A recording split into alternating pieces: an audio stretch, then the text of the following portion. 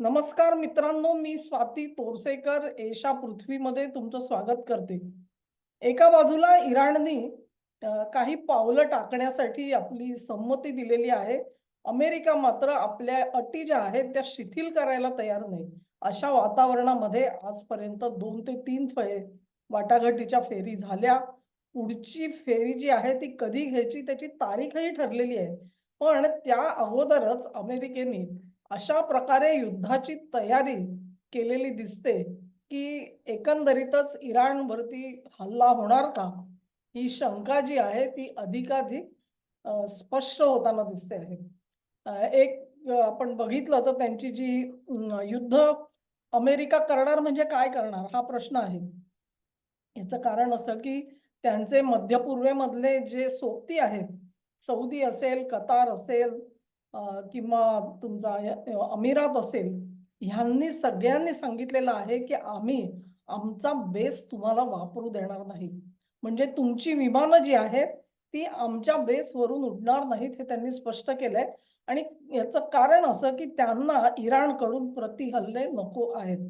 तेव्हा अमेरिकेला इराणवर हल्ले करायचे, तर आता समुद्रातूनच हल्ले करावे लागतील अशी परिस्थिती आहे आणि त्या दृष्टिकोनातून अमेरिकेने एक तुम्हाला सुसज्ज अशी तयारी केलेली दिसून येते. इराण होर्मुझच्या आखाताच्या तोंडावरती बसलेला आहे आणि ते होर्मुझचा आखात जे आहे ते बंद करायची तयारी इराणने केलेली आहे.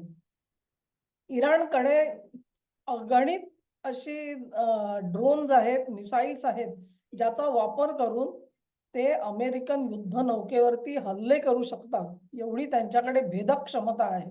असं सांगितलं जातं, की रशियाने भरपूर युद्धसामग्री इराणला पाठवलेली आहे. चीनने देखील पाठवलेली आहे. चीनने तर त्यांना तंत्रज्ञानाची सुद्धा मदत केलेली आहे. गेल्या वेळी आपण बघितलं, की इलॉन मस्क यांनी ज्यावेळेला Starlinkची कनेक्शन दिलं आणि त्याची ग्राउंड स्टेशन्स पाकिस्तानच्या हद्दीमधून इराणमध्ये पोहोचवण्यात आली.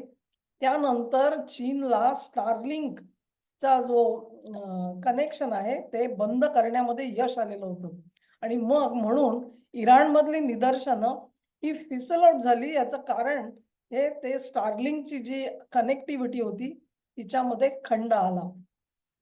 असे आपण म्हणू की डाव, पेच, हल्ले, प्रतिहल्ले असं साधारण स्वरूप आजचं आहे. मुळात हे सगळं होतंय कशासाठी? तर त्याचे 2 हेतू असू शकतात.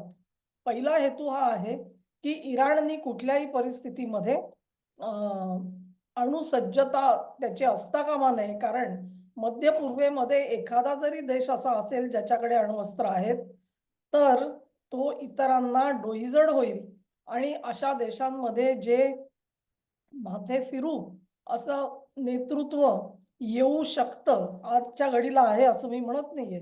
पण कुठल्याही मध्य पूर्वेच्या देशामध्ये अशा प्रकारचं नेतृत्व येऊ शकतं.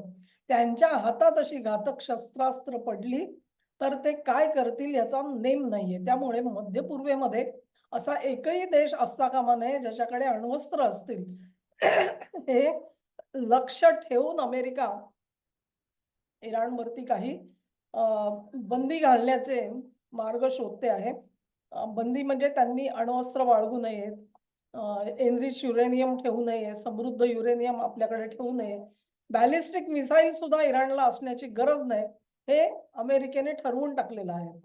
तर ते त्यांच्या पद्धतीने जातात. त्यांचे हिशोब आहेत. मध्य पूर्वेमध्ये आज अ, आणखी 2 ते 3 दशकामध्ये खनिज तेलाची ज्यावेळेला निकड संपुष्टात येईल, त्यावेळेला हे देश काय करणार हा प्रश्न आहे आणि त्याची तयारी म्हणून तिथे जर का सुबत्ता आणायची असेल, तर पहिलं लक्ष जे आहे, ते तिथला कट्टरपंथी इस्लाम जो आहे, त्याच्यावर आघात करण्याची गरज आहे. हे अमेरिकेला कळतं, ते इस्रायलला कळतं, इतरही काही देशांना कळतं. त्याच्यामध्ये अडथळे आणणारे जे कोणी देश आहेत, त्याच्यात इराण एक आहे.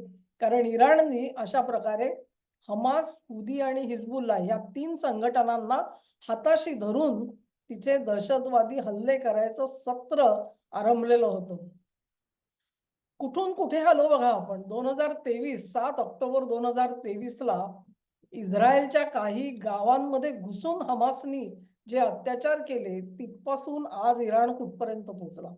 अशा प्रकारच्या हल्ले करण्यासाठी चिथावणी इराणने दिलेली होती, हे लपून राहिलेलं नाहीये. परंतु आज सर्वनाशापर्यंत वेळ आली. ती जी निदर्शनं झाली त्या काळामध्ये अमेरिकेने IRGCची कुठे कुठे ऑफिसेस इराणमध्ये आहेत ती हेरून तिथे नियोजितपणे हल्ले करून त्यांचे कमांडर उडवून टाकले. त्यामुळे त्यावेळेला असं म्हटलं जात होतं की अयातोल्ला खोमेनी यांनी एक मनाने निर्णय, ठीक आहे IRGC संपत असेल तर ते त्यांनाही हवं होतं. त्यामुळे त्यांनी काही त्याच्यावरती आक्षेप घेतला नाही किंवा पलटवार म्हणतो तसा केला नव्हता. पण त्यांची एक अपेक्षा अशी होती की अमेरिकेने आपल्याला राज्य करू द्यावं आणि मग अमेरिका जे काही सांगेल त्याच्याबाबत आपण तह करायला तयार आहोत. आज मात्र परिस्थिती अशी दिसते आहे की अमेरिका या निष्कर्षाप्रत आलेली आहे, कुठूनही असेल तरी खमेनी हे सत्तेमध्ये असू नयेत, कारण ते सत्तेत असले तर पुन्हा ती एकदा वाटचाल जी आहे ती तशीच होणार.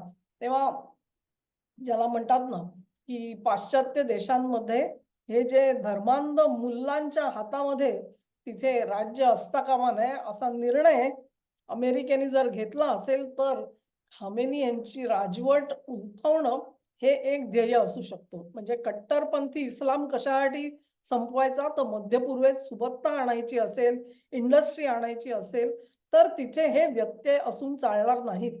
तिथली मानसिकता बदलायला लागेल. त्या मानसिकतेमध्ये राहून ह्या नागरी सुविधा ज्या आहेत त्या निर्माण होऊ शकत नाहीत. म्हणून कट्टरपंथाचा बिमोड. नंबर 2, खामेनी यांची राजवट संपुष्टात आणणं, जेणेकरून कुठूनही या गोष्टींना खतपाणी मिळू नये. हे दोन जरी हे जे दोन्ही जर का ध्येय असतील तर त्याच्यावरती कोणी आक्षेप घेणार नाही. तिसरं जे ध्येय आहे ते चीनची नाकेबंदी करणं हे आहे. आणि चीनची नाकेबंदी म्हणजे तेलासाठी नाकेबंदी. चीनला कुठूनही तेल मिळू नये याची व्यवस्था केली जाते आहे. त्याच्यामध्ये व्हेनेझुएला मधून त्यांना जे तेल मिळत होतं, स्वस्तात मिळत होतं, त्याच्यात खंड आलेला आहे, व्यत्यय आलेला आहे. आता इराणचा जो सप्लाय आहे तो सप्लाय एकदा बंद झाला की मग चीनला तेलाची कमतरता भासायला लागेल, टंचाई भासायला लागेल आणि मग अमेरिकेला कदाचित युद्ध, सगळेजण म्हणतात की युद्धाची जय्यत तयारी अमेरिकेने केली. युद्ध नौका आणून ठेवलेल्या आहेत, वेगवेगळ्या पद्धतीचे एअरफोर्सचे त्यांचे सगळी कॉम्प्लिमेंट सगळी तिकडे पोहोचलेली आहेत.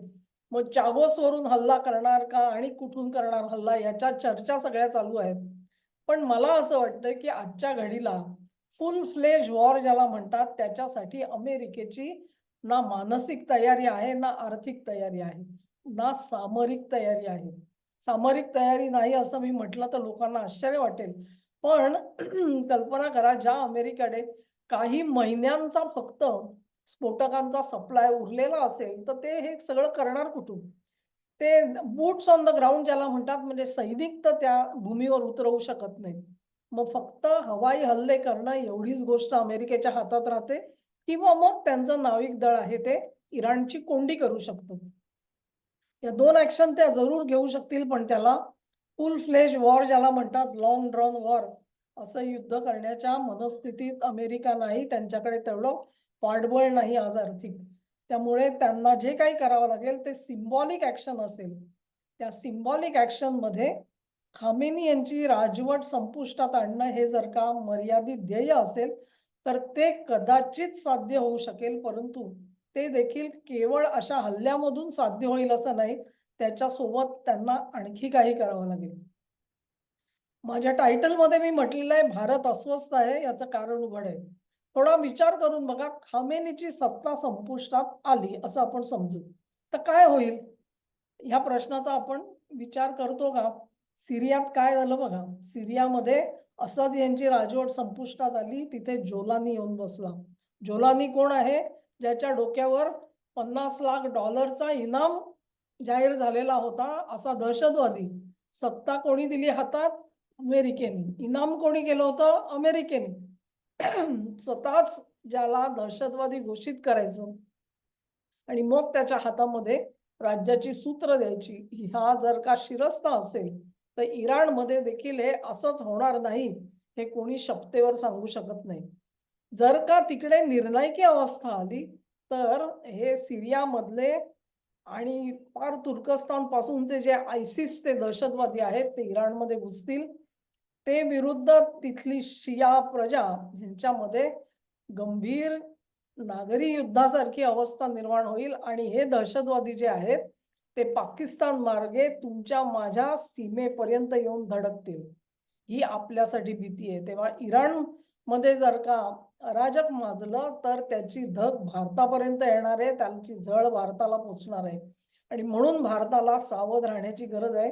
मला वाटतं आता मोदी यांचा इस्रायल दौरा सुद्धा ड्यू आहे आणि त्याच्यात काय होते ते बघू. कारण एकंदरीतच मी बघते आहे की शांततेचे जिथे कुठे प्रयत्न करायचे आहेत तिथे मोदींशिवाय पाऊल पुढे जात नाहीये.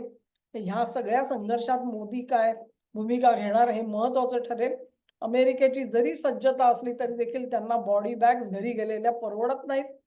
त्यांचा सैनिक एखादा वेळेला म्हणजे कल्पना करा इराणनी प्रतिहल्ला केला आणि त्या युद्धनौकेवरती जर का एखादा सैनिक मेला तरी देखील ते त्यांना महागात पडेल. ट्रम्प ऑलरेडी अडचणीमध्ये आलेले आहेत आणि त्याच्यात जर का सैनिक असे परत आले तर त्यांना लोकांचा क्षोभ जो आहे तो आवरणं कठीण जाईल.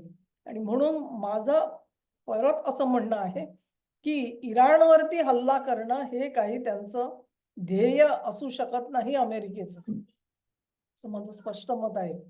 हा, ते एक काम करू शकतात, ते पोस्चरिंग करतायत. मी हल्ला करीन, मी हल्ला करीन अशा धमक्या देऊन त्या धमक्यांमध्ये आणि त्या भयगंडाच्या वातावरणात इराण जे काही सोडायला तयार होईल ते आपलं असं कदाचित मानण्याची परिस्थिती येऊ शकते अमेरिकेवरती. बघूया, लोक सांगतायत शनिवार आणि रविवार 2 दिवसात मिळून कधीतरी हल्ला होईल.